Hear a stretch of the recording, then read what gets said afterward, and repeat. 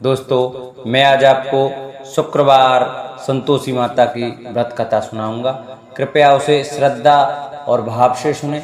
जो भक्त हमारे चैनल पर नए आए हैं, हमारी वीडियो को नए देख रहे हैं, वो हमारे चैनल को सब्सक्राइब कर लें, वीडियो को लाइक करें और कमेंट में जय संतोषी माता अवश्य लिखें। तो आइए हम अपनी कथा को प्रारंभ करते हैं। शुक्रवार के दिन मां संतोषी माता का व्रत पूजन किया जाता है। इस पूजा के दौरान माता की आरती, पूजन तथा अंत में माता की कथा सुनी जाती है। शुक्रवार के दिन यह कथा सुनी जाती है। एक बुढ़िया थी, उसके 7 बेटे थे। 6 कमाने वाले थे जबकि एक निकम्मा था। बुढ़िया 6 बेटों की रसोई बनाती, भोजन कराती और उनसे जो झूठन बचती वह 7वें को देती। एक दिन 7वां लड़का बोला, देखो मेरी माँ मुझे कितना प्रेम करती है। तो उसकी पत्नी बोली, क्यों नहीं, सबका झूठा जो तुमको खिलाती है। वह बोला, ऐसा नहीं हो सकता, मैं जब तक आंखों से न देख लूं मान नहीं सकता। बहू अश्कर बोली, देख लोगे तब तो मानोगे। कुछ दिन बाद त्योहार आया। घर में 7 प्रकार के भोजन और चूरमे के लड्डू बने।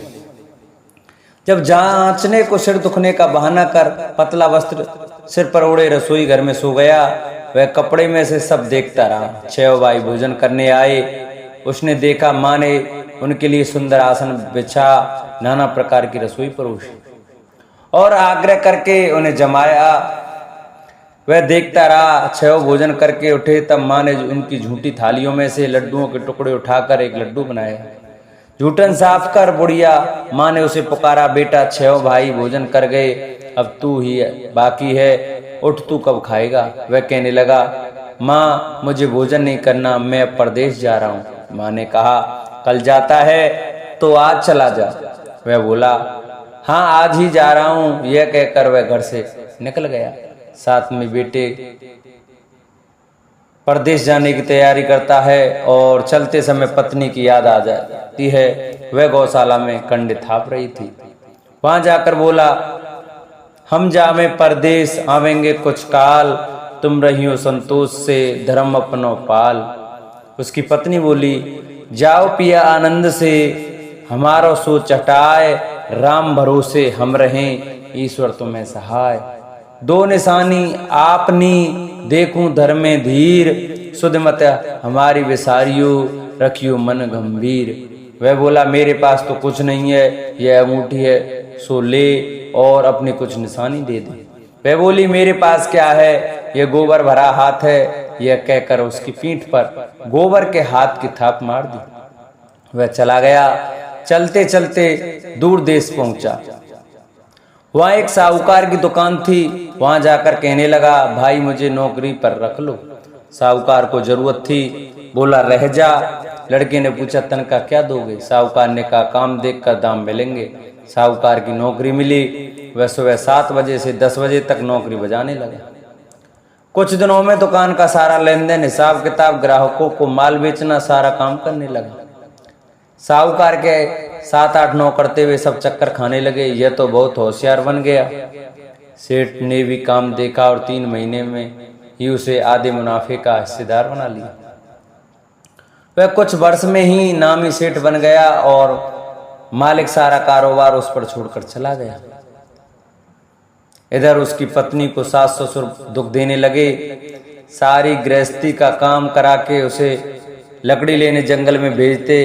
इस बीच घर के आने पर आटे से जो भूसी निकलती उसकी रोटी बनाकर रख दी जाती और फूटे नारियल की नारेली में पानी रख दिया जाता। एक दिन वह लकड़ी लेने जा रही थी। रास्ते में बहुत सी स्त्रियां संतोषी माता का व्रत करती दिखाई दी। वहां वह खड़ी होकर कथा सुनने लगी और पूछा, बहनों तुम किस देवता का व्रत करती हो और उसके करने से क्या फल मिलता है।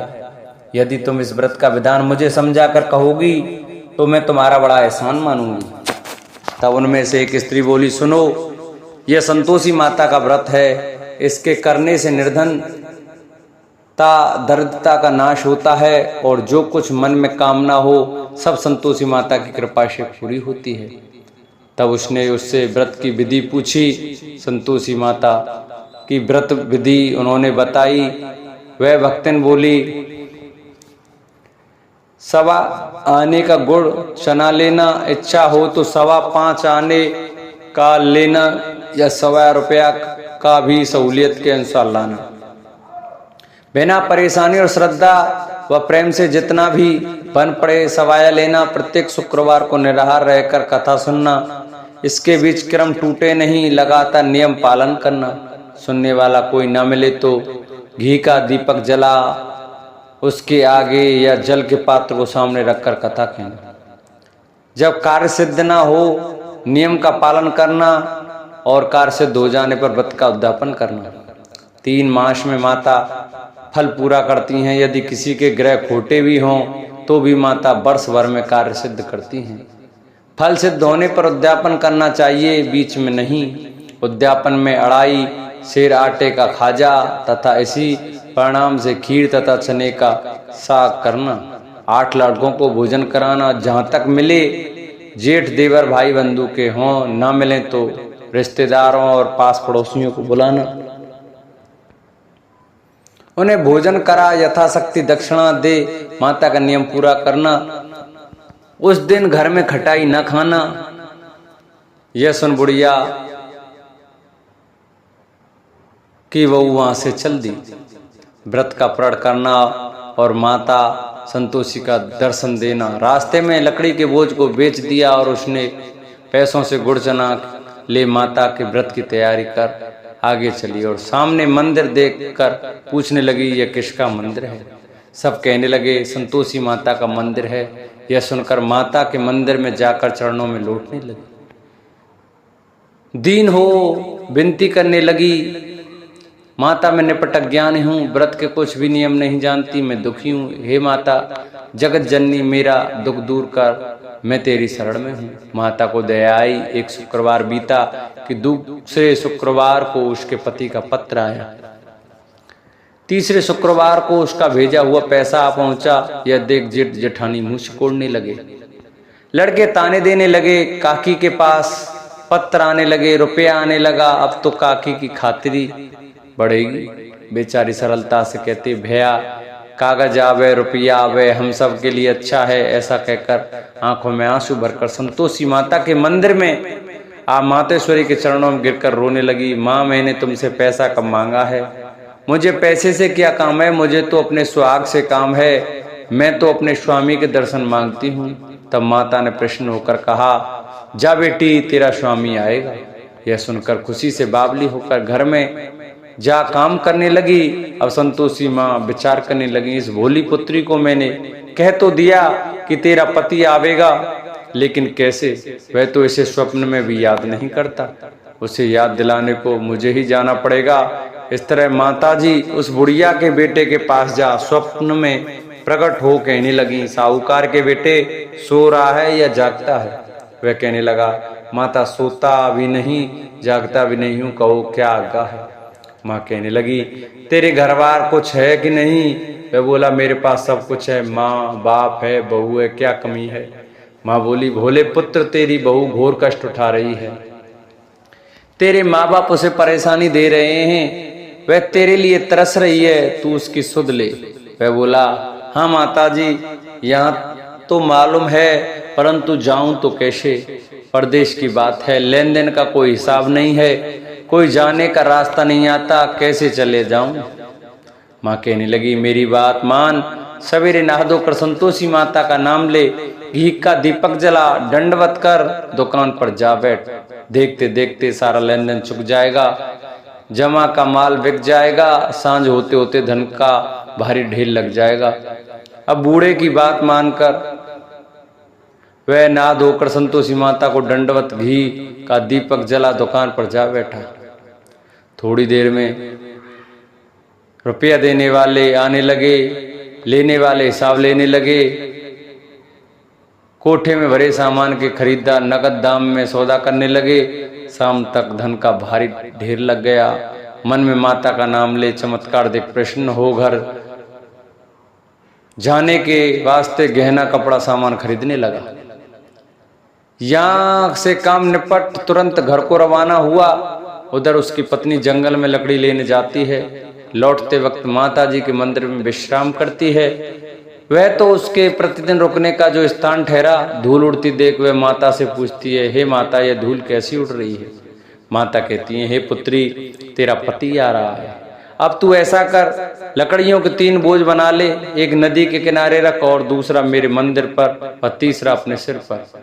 तेरे पति को लकड़ियों का गट्ठा देख मोह पैदा होगा, वह यहाँ रुकेगा, नाश्ता पानी खाकर माँ से मिलने जाएगा। तब तू लकड़ियों का बोझ उठाकर जाना और चौक में गट्ठर डालकर जोर से आवाज लगाना, लो सासू जी, लकड़ियों का गट्ठर लो, भूसे की रोटी दो, नारियल के खेपड़े में पानी दो। आज मेहमान कौन आया है? माता जी से बहुत अच्छा कहकर वह प्रसन्न मन से लकड़ियों के 3 गट्ठर बनाए, एक नदी के किनारे पर और एक माता जी के मंदिर पर।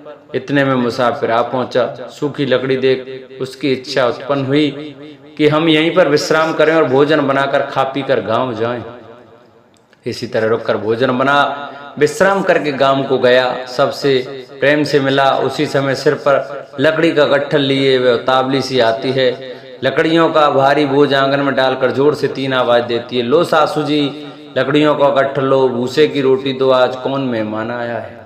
यह सुनकर उसकी सास बाहर आकर अपने दिए हुए कष्टों को भुलाने हेतु कहती है, बहू ऐसा क्यों कहती है? तेरा मालिक ही तो आया है, आ बैठ, मीठा भात खा, भोजन कर, कपड़े गहने पहन। उसकी आवाज सुन उसका पति बाहर आता है, अंगूठी देख व्याकुल हो जाता है। माँ से पूछता है, माँ यह कौन है? माँ बोली, बेटा यह तेरी बहू है, जब से तू गया है तब से सारे गांव में भटकती फिरती है, घर का काम काज कुछ करती नहीं, 4 पहर आकर खा जाती है। वह बोला, ठीक है माँ, मैंने इसे भी देखा और तुम्हें भी, अब दूसरे घर की चाबी दो, उसमें रहूंगा। माँ बोली, ठीक है, तेरी जैसी मर्जी। तब वह दूसरे मकान की 3री मंजिल का कमरा खोल सारा सामान जमाया। एक दिन मैं राजा के महल जैसा ठाटबाट बन गया। अब क्या था, बहू सुख भोगने लगी। इतने में शुक्रवार आया। शुक्रवार व्रत के उद्यापन में कि वह कहने लगी तो को उसके पति ने कहा, मुझे संतोषी माता के व्रत का उद्यापन करना है। पति बोला, खुशी से कर लो। वह उद्यापन की तैयारी करने लगी। जेठानी के लड़कों को भोजन के लिए कहने गई। उन्होंने मंजूर किया, परंतु पीछे से जेठानी ने अपने बच्चों को सिखाया, देखो भोजन के समय खटाई मांगना, जिससे उसका उद्यापन पूरा ना हो। लड़के जिमने आए, खीर खाना पेट भर खाया, परंतु बाद में खाते ही कहने लगे, हमें खटाई दो, खीर खाना हमको नहीं भाता। देखकर अरुचि होती है। वह कहने लगी, भाई खटाई किसी को नहीं दी जाएगी, यह तो संतोषी माता का प्रसाद है। लड़के उठ खड़े हुए, बोले, पैसा लाओ। भोली बहू कुछ जानती नहीं थी, उन्हें पैसे दे दिए। लड़के उसी समय हट करके इमली खटाई ले खाने लगे। यह देखकर बहू पर माताजी ने कोप किया। राजा के दूत उसके पति को पकड़ ले गए। जेठ जेठानी मन माने वचन कहने लगे, लूट लूट कर धन इकट्ठा कर लाया है, अब सब मालूम पड़ जाएगा जब जेल की मार खाएगा। बहू से यह सहन नहीं हुआ और रोती हुई माता जी के मंदिर गई। कहने लगी, हे माता, तुमने क्या किया? हंसाकर अब भक्तों को रुलाने लगी। माता बोली, बेटी तूने उद्यापन करके मेरा व्रत भंग किया है। वह कहने लगी, माता मैंने कुछ अपराध किया है, मैंने तो भूल से लड़कों को पैसे दे दिए, मुझे क्षमा करो, मैं फिर तुम्हारा उद्यापन करूंगी। माँ बोली, अब भूल मत करना। वह कहती है, अब भूल नहीं होगी, अब बतलाओ वे कैसे आवेंगे। माँ बोली, जा पुत्री, तेरा पति तुझे रास्ते में आता मिलेगा। वह निकली, राह में पति आता मिला। वह पूछी, कहाँ गए थे? वह कहने लगे, इतना धन जो कमाया उसका टैक्स राजा ने मांगा था, वह भरने गया था। वह प्रसन्न हो बोली, भला हुआ, अब घर को चलो। कुछ दिन बाद फिर शुक्रवार आया, फिर व्रत का उद्यापन किया। वह बोली, मुझे फिर माता का उद्यापन करना है। पति ने कहा, करो बहू। फिर जेठ जेठानी के लड़कों को भोजन के कहने गई। जेठानी ने एक तो बातें सुनाई और लड़कों को सिखाने लगी, तुम सब लोग पहले की तरह खटाई मांगना। लड़के भोजन से पहले कहने लगे, हमें खीर खानी नहीं, हमारा जी बिगड़ता है, कुछ खटाई खाने को दो। वह बोली, खटाई किसी को नहीं मिलेगी, आना है तो आओ। वह ब्राह्मण के लड़के लाकर भोजन कराने लगी। यथाशक्ति दक्षिणा दी। एक एक फल उन्हें दिया। संतोषी माता प्रसन्न हुई। माता की कृपा से 90 मास में उसके चंद्रमा के समान सुंदर पुत्र प्राप्त हुआ। पुत्र को पाकर प्रतिदिन माता जी के मंदिर को जाने लगी। माँ ने सोचा ये रोज आती है, आज क्यों ना इसके घर चलूं। यह विचार कर माता ने भयानक रूप बनाया। गुड़ चने से सना हुआ मुख, ऊपर सूंड के समान होठ, उस पर मक्खियां भिन भिना रही थीं।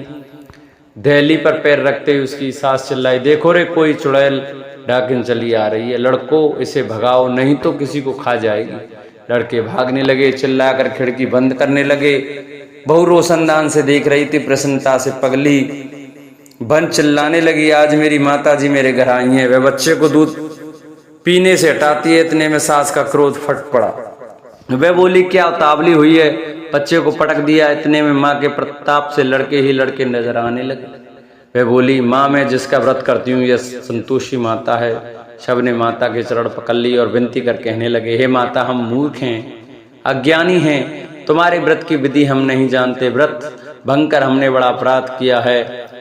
जगत माता आप हमारा अपराध क्षमा करें। इस प्रकार माता प्रसन्न हुई। बहू को प्रसन्न हो, जैसा फल दिया वैसा माता सबको दें। जो यह कथा सुने उसको सभी मनोरथ पूर्ण हो, और जो यह कथा पढ़े उनके भी सभी मनोरथ पूर्ण हो। बोलो संतोषी माता की जय। जिन भक्तों को हमारी ये वीडियो, हमारी ये कथा अच्छी लगी हो वो हमारी कथा को आगे शेयर करें, चैनल को सब्सक्राइब करें और बेल आइकन घंटा है उसको दबाना ना भूलें, जिससे भी जो वीडियो हम नहीं डालें वो आपके पास पहुंचे और आप हमारी नई नई वीडियो देख सकें, हमारी नई नई कथा सुन सकें। हमारे चैनल को सब्सक्राइब कर वीडियो को लाइक करें और कमेंट में ओम संतोषी माता की जय लिखना न भूलें।